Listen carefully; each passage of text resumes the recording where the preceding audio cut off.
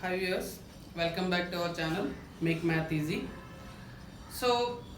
In this class we are going to discuss about how to solve and what are the important techniques to use when you are dealing with the parametric equations.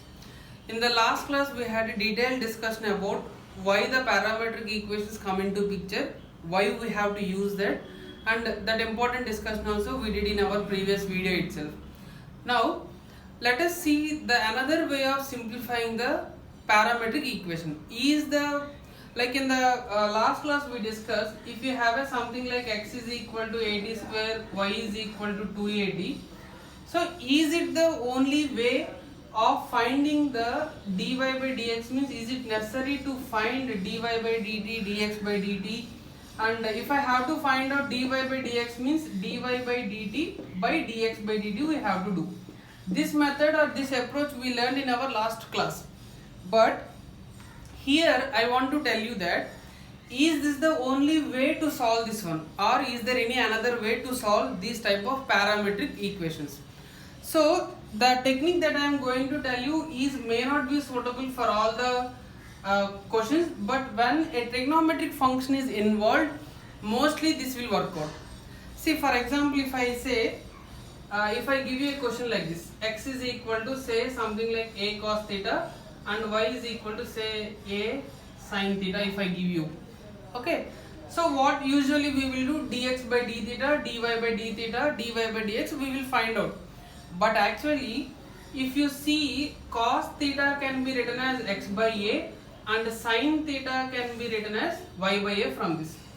So here we are going to make use of the trigonometric identities to eliminate the theta.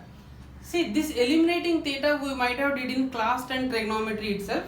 I can just use the identity cos square theta plus sin square theta is equal to 1, and I will be getting x square by a square plus y square by a square is equal to 1, right? So from this I will be getting x square plus y square is equal to a square.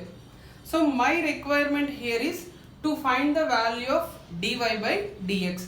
So I will apply the differentiation on both sides like this, is equal to d by dx of a square. This is a square, which is a constant whose derivative will become 0, and you can split the derivative here, d by dx of x square plus d by dx of y square. So if you further simplify this, this is 2x and y square differentiation is 2y, as this is not x, inner derivative you have to take. So 2y dy by dx you will be getting. So from this my requirement is to find out the value of dy by dx. So I will be getting minus 2x by 2y. After further simplification I will be getting minus x by y.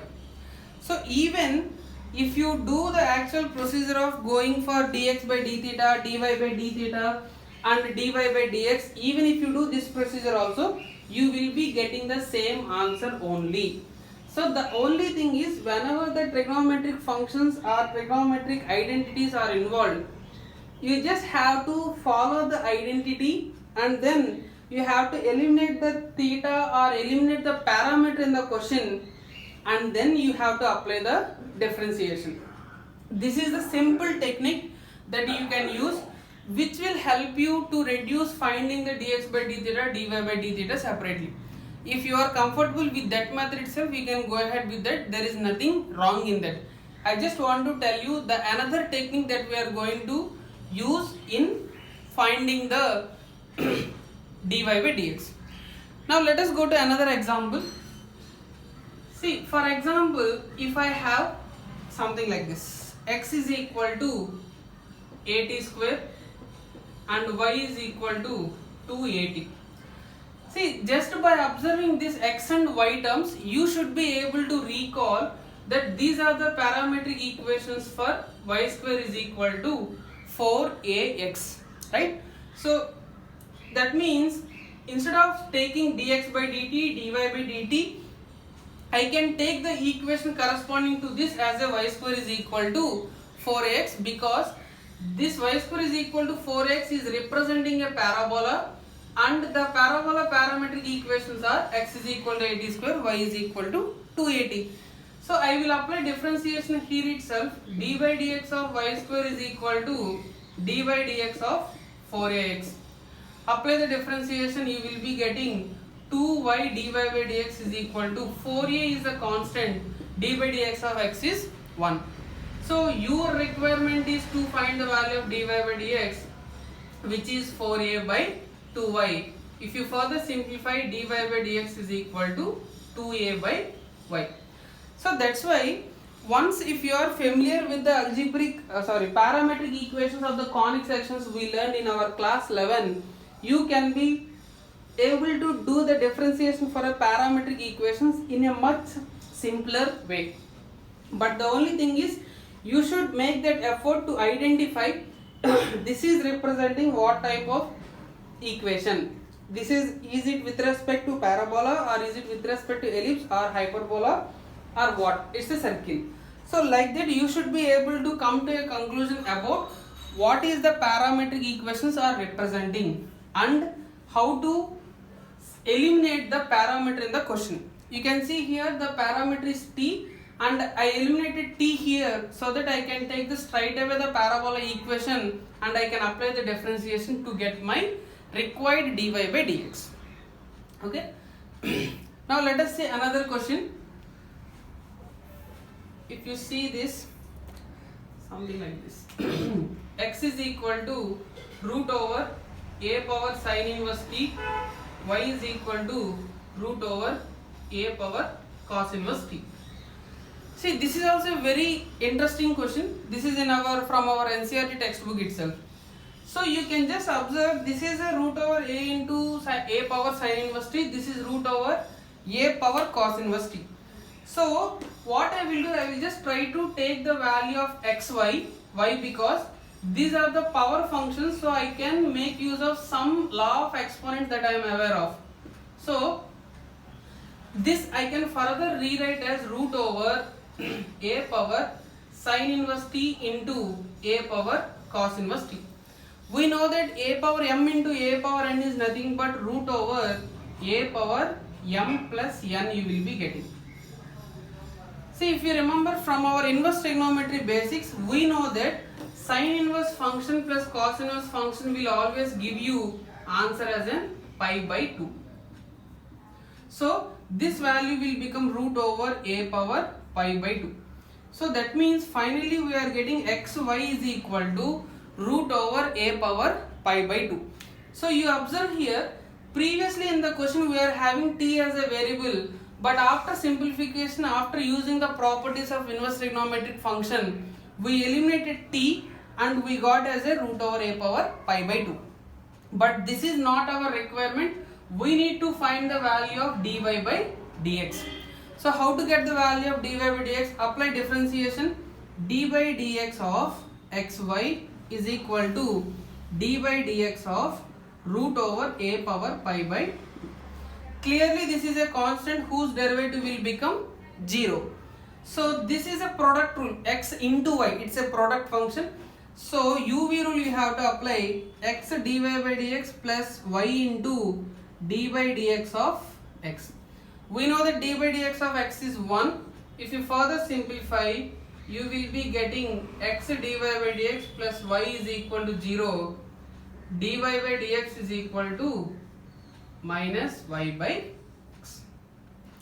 So what is the point that I want to tell you here is, in any question, if you have any scope of removing the parameter from the question, it's better to go ahead with that procedure, because it will make your derivative part simple first of all, because you no need to go for multiple calculations. And one more suggestion is, once if the question is involved with second order derivative, this procedure will give you an effective way of doing the second order derivative. Generally, if you are doing the first order differentiation with respect to parametric equations, many students will commit a mistake in finding the second order derivative. So that's why if you have any scope of removing the parameter t or theta, s, p, whatever it may be, try to eliminate that and apply the differentiation. That will help you to get the answer directly. So for example, if I ask you here what is the second order derivative, straight away you will apply just division rule to get the answer. But the same thing, if you are following your approach of finding dy by dx with respect to t parameter, you have to be little bit cautious when you are finding the second order derivative. Okay, right. Now let us discuss one more question. See, for example, if I have a question like this, x is equal to a cos cube theta, y is equal to a sin cube theta. For example, if I ask you to find the value of dy by dx for this, see, whenever you are having the trigonometric functions, try to think from identity point of view only. That is only the way. So from this, the cos cube theta is equal to x by a, whereas the sin cube theta is equal to y by a. But see, in the trigonometric identity, you are having cos square theta plus sin square theta. But here, if you see, you are getting cos cube theta and sin cube theta, which means that is giving you the hint that you have to remove the cube first of all, because once if you remove the cube, then you can apply the squaring on both sides to get cos square theta. So if I send this cube to other side, I will be getting cos theta is equal to x by a whole power 1 by 3. Similarly, sin theta is equal to y by a whole power 1 by 3. Now what is the identity? Cos square theta plus sin square theta is equal to 1.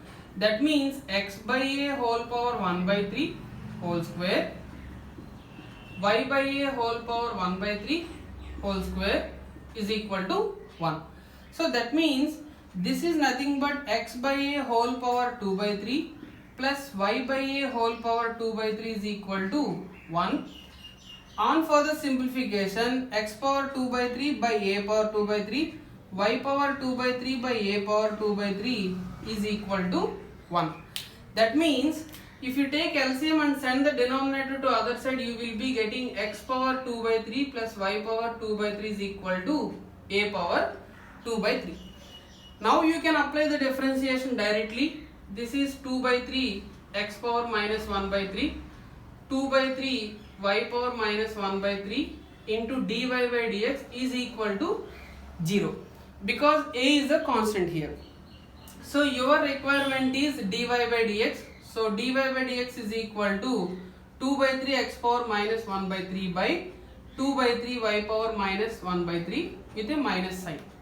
So 2 by 3 and 2 by 3 will get cancelled. So you will be getting dy by dx is equal to minus x power 1 by 3 by y power 1 by 3.